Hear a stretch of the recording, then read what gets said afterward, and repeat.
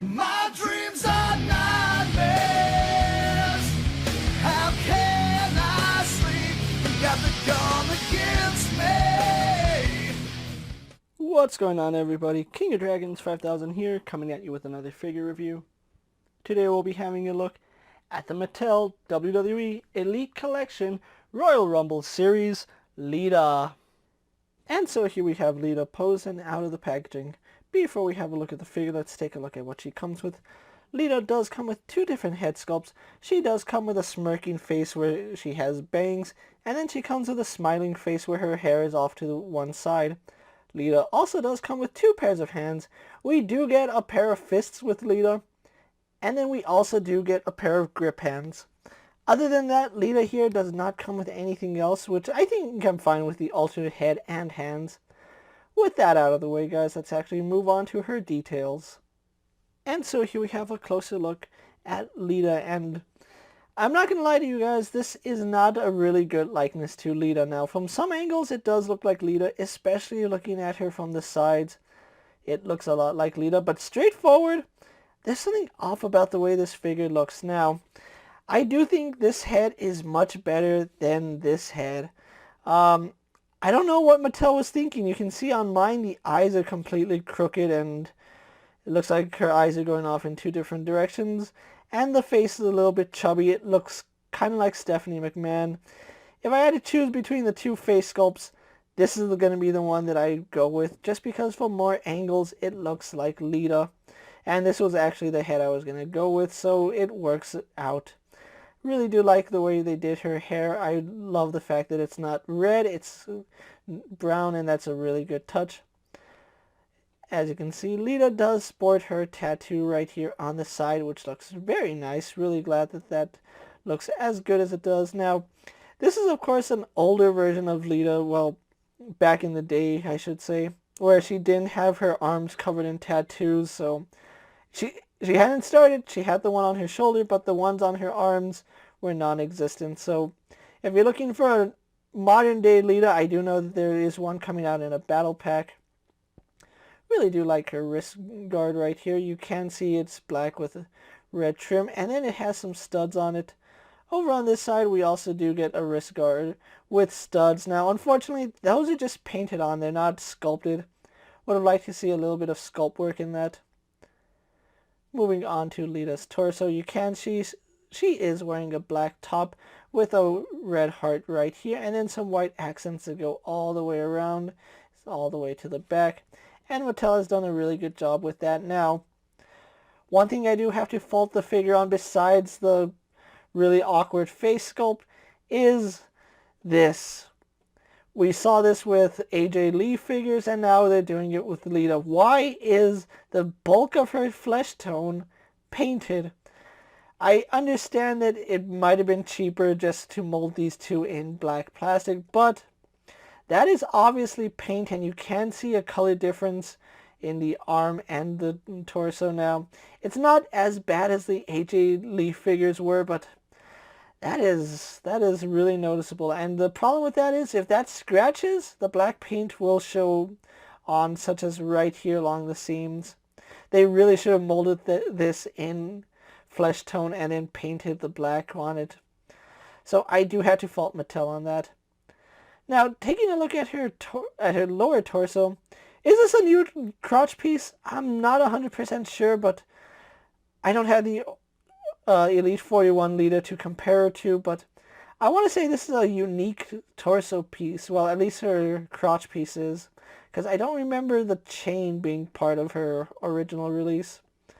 And it does look good. You can see that her belt is nicely detailed going all the way around.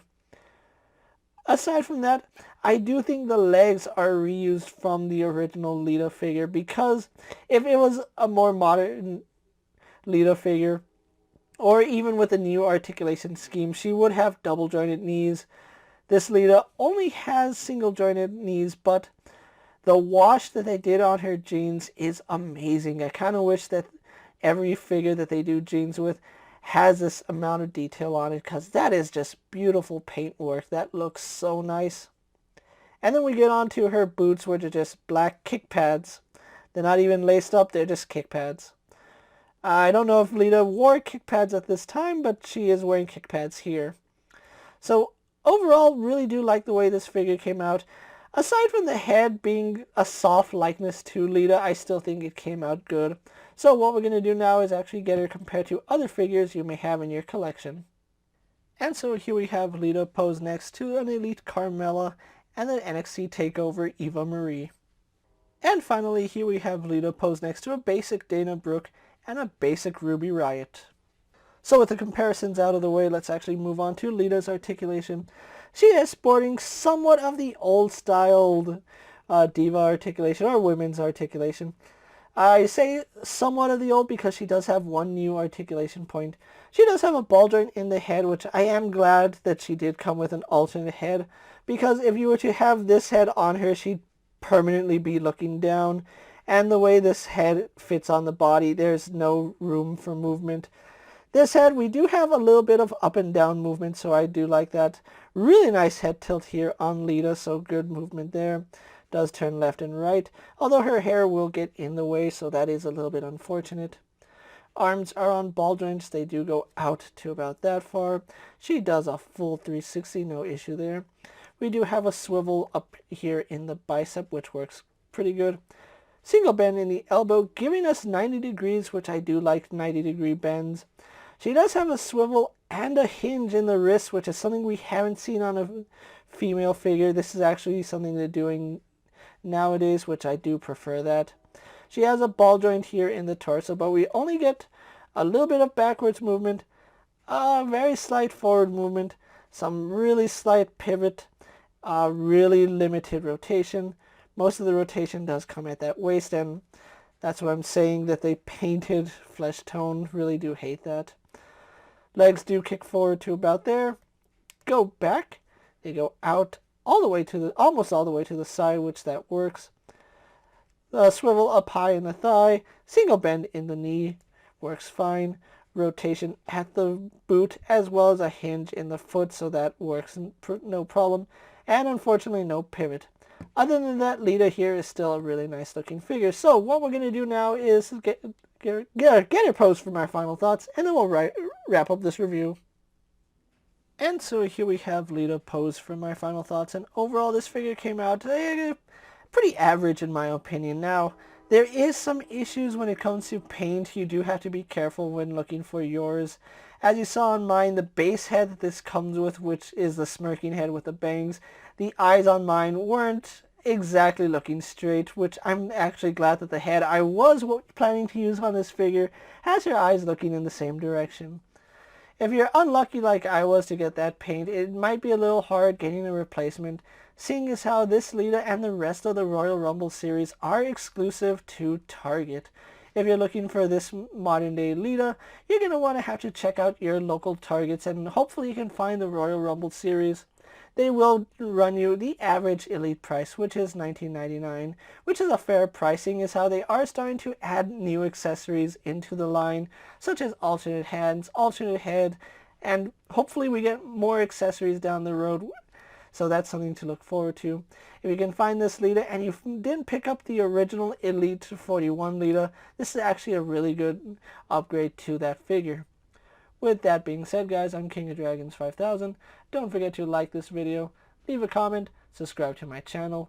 Go check out all my other action figure reviews, as well as all my other WWE videos. Hopefully you find them informative. As always, if there's a figure you would like to see me review, let me know down in the comments, and if it's in my collection, I'll definitely have a look at it. While you're at it, don't forget to check out my Instagram account for new and exciting action figure photos, and as always, ring that bell to be notified every time I upload a video. Until next time, guys, I'll see you later. Take care, everyone.